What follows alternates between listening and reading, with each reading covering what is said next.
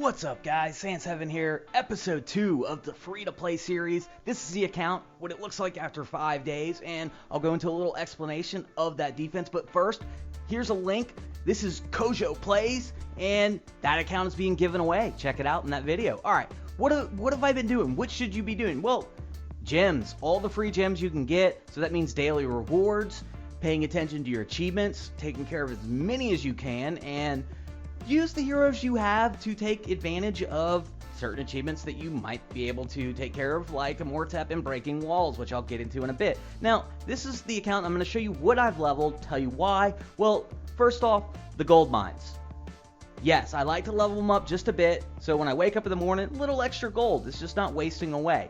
Relic Hall to level 6 because that gets me restoration to level 5. Then I'm going to need to level 8 because I do want that GA. Guardian Angel, you're going to have it eventually, so Relic Hall will need to get to 8 at some point. Gold mines, keeping those up with the cost of Town Hall leveling.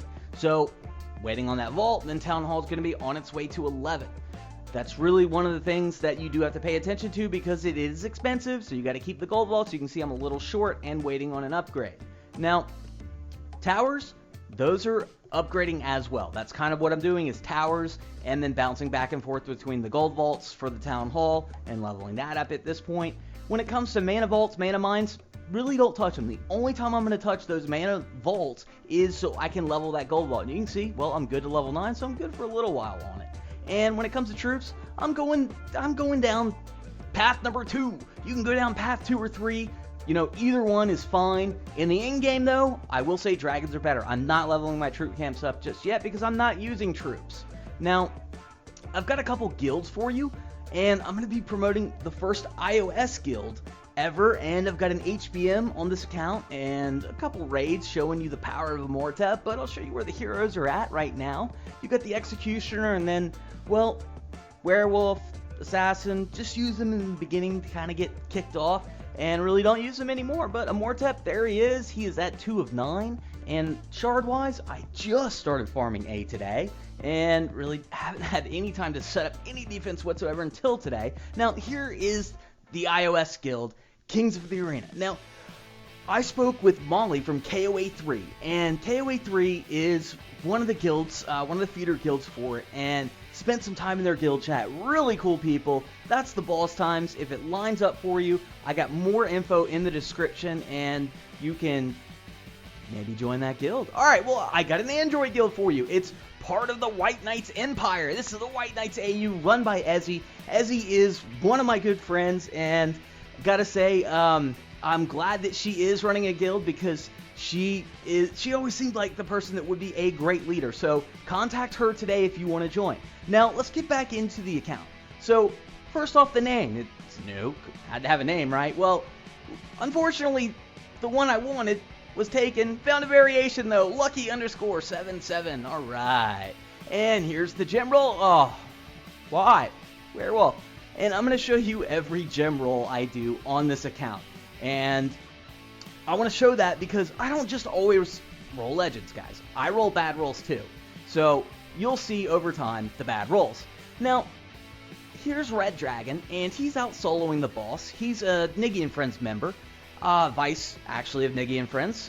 Needed some HP, but, well, I joined along with him, and now I jump into the boss fight. I can swing a few times, and I can grab, you know, anywhere from 3, 4, 5,000 in honor badges a day.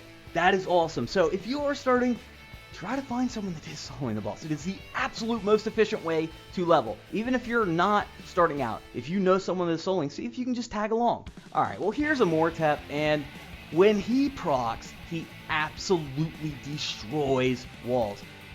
Everything around him goes down.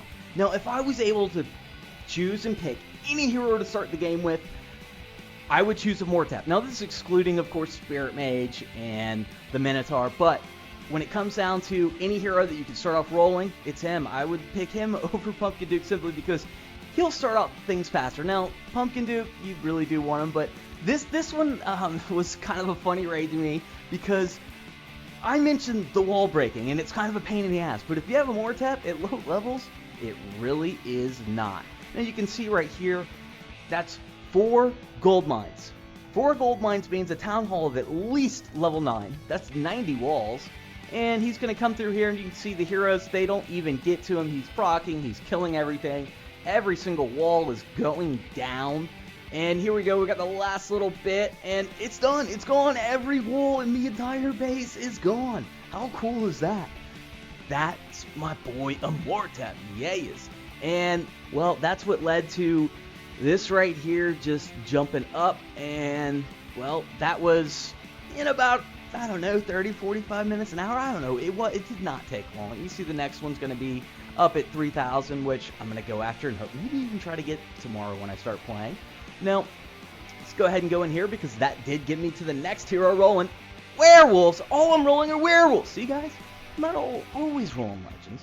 And for now, I'm going to focus on just leveling Immortep. That's why the defense is set up how it is. It is a modified diamond. I'm not going after a higher might title right now because I want to keep the rating pool where it is, and I'm going to let the might progress naturally as my legendaries level up and as the buildings level up. I'm not going to do anything to boost might. Alright, well, here's what I'm doing with Here Be Monsters. I'm farming A, and I hopefully will be at B soon enough, but probably going to take another star level for my Immortep. Now, why is the base shifted a little to the right? Well, that's because I want most of the spawns to come on the left side where I have 3 buildings. I have the 2 towers and the gold vault. Now, why don't I have, 3 buildings on the right side? Well, that's because I don't have enough walls to protect them.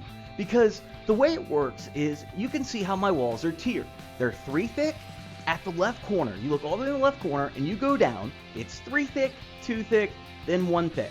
Now, if you take that 3 thick section and you take away some of those walls, well, you know what's going to happen is their heroes, the enemy heroes, are going to start breaking through my walls. And that's the worst thing you want. You do not want them breaking through your walls. Also, I want you to notice the space between the tower and between where Immortep is standing right now. Do you see that open space? By giving that extra little space right there, what it does is it makes the ranged heroes have to walk all the way around. And they get into the range of your hero. So your hero can take them out without them sitting outside your walls, destroying your buildings, or acting as the tanks for you. Now, building placement. Why are the buildings that are outside of the walls, why are they where they are? Well, it's for the simple reason that I want to funnel the heroes the direction I want. So when I get a spawn right there, on the top or on the bottom, they're going to come in, they're going to go right at that wall right there, they're going to have to walk all the way around, they're going to be going all the way down to that tower, and they're not going to be attacking my Immortep until that tower's dead, which means I'm going to get the proc. And when Immortep procs, you see that in A, everything dies. I have a feeling that once I can get him up to 3 of 9 and level 60, that star level, I should be able to do B with him soloing, especially if there's a paladin or another legend along the way. Now, when you do have a defense and you get it set up and get it lined up, you know it's perfect when they spawn and they're going on the corner and it splits them. It's absolutely perfect when it splits them and they're not hitting walls. It's that for me because I tested a number of times where it was 3 thick, I had it, just 1 wall less. They started breaking the walls, so I had to readjustment. Now, getting the right defense, it takes time. It takes practice. It takes failing, fixing, until you get it right. And this is pretty much just maximizing what I could do with the setup. Now, the extra hero bases out there will act as tanks. They will act as buildings will, except they're a spot 2x2 instead of 3x3. Now, the Dino, what do you got, Dino? Son. And why, Immortep, he just chains his procs together all over, taking care of. Well, it's A. I know. Getting a little too excited for A. All right, guys. That's episode 2. Sans 7 out.